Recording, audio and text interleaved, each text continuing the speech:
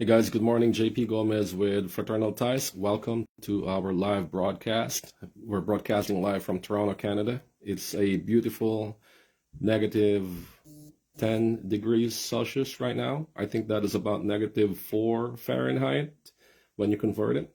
So today we're going to be talking about perhaps one of the most misunderstood books of all time, and I'm talking about the Secret Teachings of All Ages by Manly P. Hall. So I aim to educate. I guess you can say that. I'm not a biographer, but I know a little bit about Manly P. Hall. So I guess the aim of this live broadcast is to educate a little bit about what the book is, what the book isn't. Maybe we'll learn about what occult is, what it means. And then perhaps we can talk a little bit about the author himself, Manly P. Hall. So without further ado, let's dive in.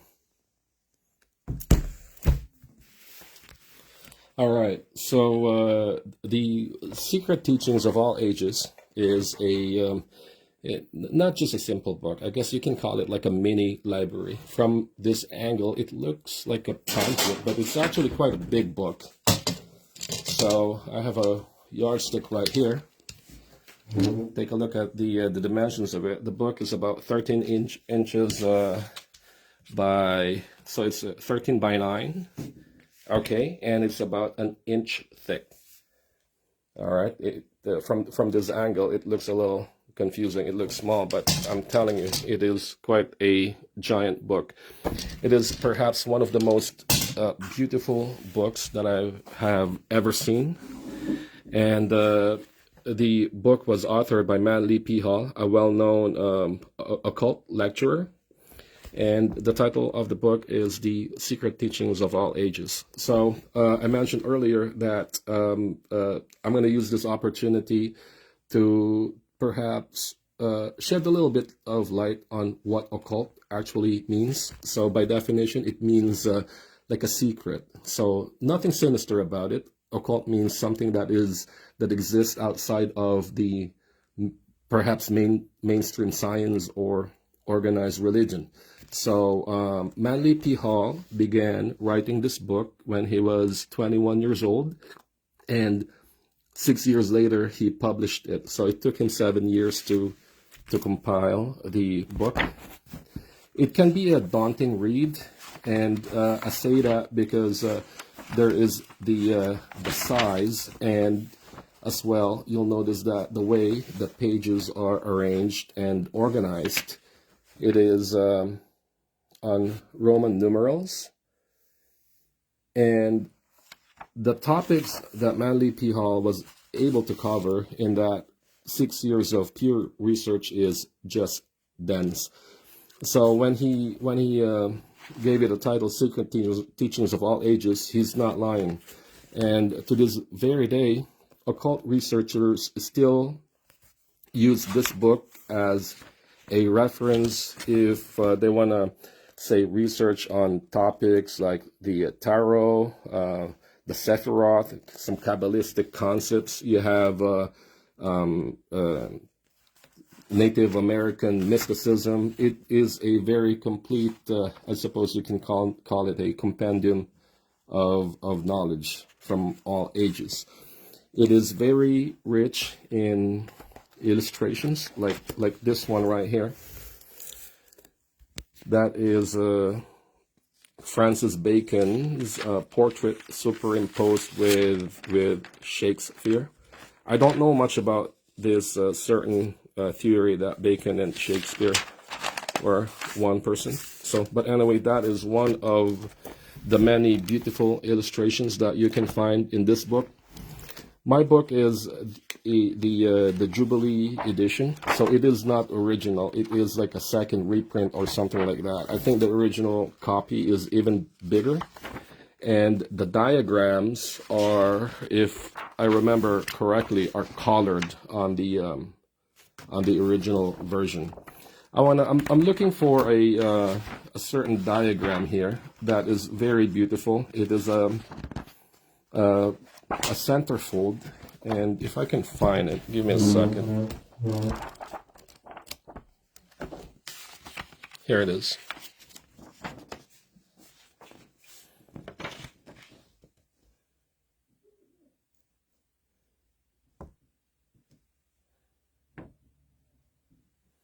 So again, Manly P. Hall spent many years, over a decade. I think he started his occult studies when he used to live with his grandmother here in Canada, in Peterborough, which is about an hour away from me.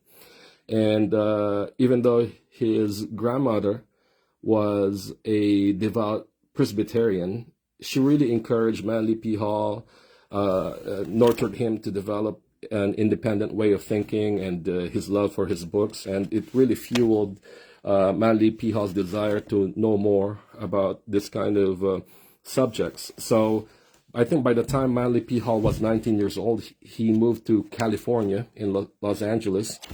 And that's where his I guess you can call it a career as an occult specialist really took off. So the book is very, very dense. It may you might look at it and you go, okay, I don't even know where to begin. How could I read it? And because the paragraphs are so long, what happened to me was I really just look at the portraits for a long time, until one day I decided that, you know what, I'm going to read it, and it surprised me because the language that Manly P. Hall used was actually timeless, and the thoughts are organized and arranged in a very very organized way. And I learned from Manly P. Hall how to use properly that M dash, which he used a lot in his writings. The M dash nowadays is getting a lot of flack because it is associated with AI writing, but the book was published in the 1920s, before the World War, and Manly P. Hall has been using M dash. The M dash is for to organize the thought. So I think that was pretty good. You'll notice that the way the page is, the layout is a bit peculiar because it comes in two columns and that it has that thing in the middle.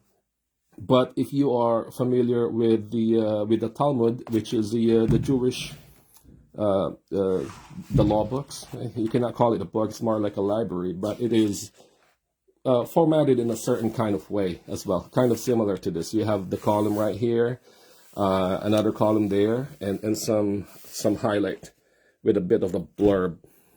It's well organized. It contains information all the way from the very obscure all the way to Freemasonry symbolisms. And with that said, again, Manly P. Hall started writing this book when he was 21 years old. This book was published when he was 27, and he did not become a Freemason until he was about 53 years old, if I'm not mistaken. And contrary to what other people might say, he wasn't made a Mason at sight. He was actually initiated, passed, and raised in Jewel Lodge in California. I think for somebody of his caliber, it would be what is the term for that? I don't think he would go for a one-day ceremony. He doesn't strike me as that kind of person. But so he became a Freemason when he was 53 years old, and he joined the Scottish Rite soon after that, and ultimately became a 33rd degree Mason. He stopped writing about Freemasonry, by the way, from the moment he was initiated, passed, and raised. So all the stuff about Freemasonry that he wrote in this book, he did not break any violation or any oath. But after he became a Freemason in his later years, he actually did stop writing about these things. So what is the book? I said I'm going to say what the book is and what it isn't. Okay, so some people would try to convince you that the book is like a Masonic Bible of some sort. It isn't. It has no theology, as we know. It is a dense compilation of secret teachings from all cultures. Well, not all cultures, but you know, uh, the cultures that Manly P. Hall has access at the time, and he's quite good at cataloging the sources of everything that he wrote in this book. So those are the credits. And I guess the main difference between Manly P. Hall and Albert Pike is Albert Pike did not add any, what do you call it? Is it the glossary, the end credit, or you know? But with Manly P. Hall, it's good because he actually included references. Shout out to brother Alex, by the way. TAF, I think that stands for a triple fraternal hug or something like that. So I give that hug to you back. Fraternal greetings from Toronto, Canada. So yeah, the book is not. It has no theology. It is not prescribing a belief in any particular topic, but the aim of the book is there is an idea that every one of us, every living thing, animated or inanimate, are ultimately sparks from the creation. So what Manly P. Hall did with the book is there's an idea. I think the original idea was from Helena Blavatsky that that all knowledges that were scattered all throughout the world are like emanations of that ultimate knowledge, and it is our duty to kind of catch them all and piece them together and see if a new understanding will come out. So that is similar to what Bruce Lee once said, that all knowledge ultimately leads to knowledge of oneself.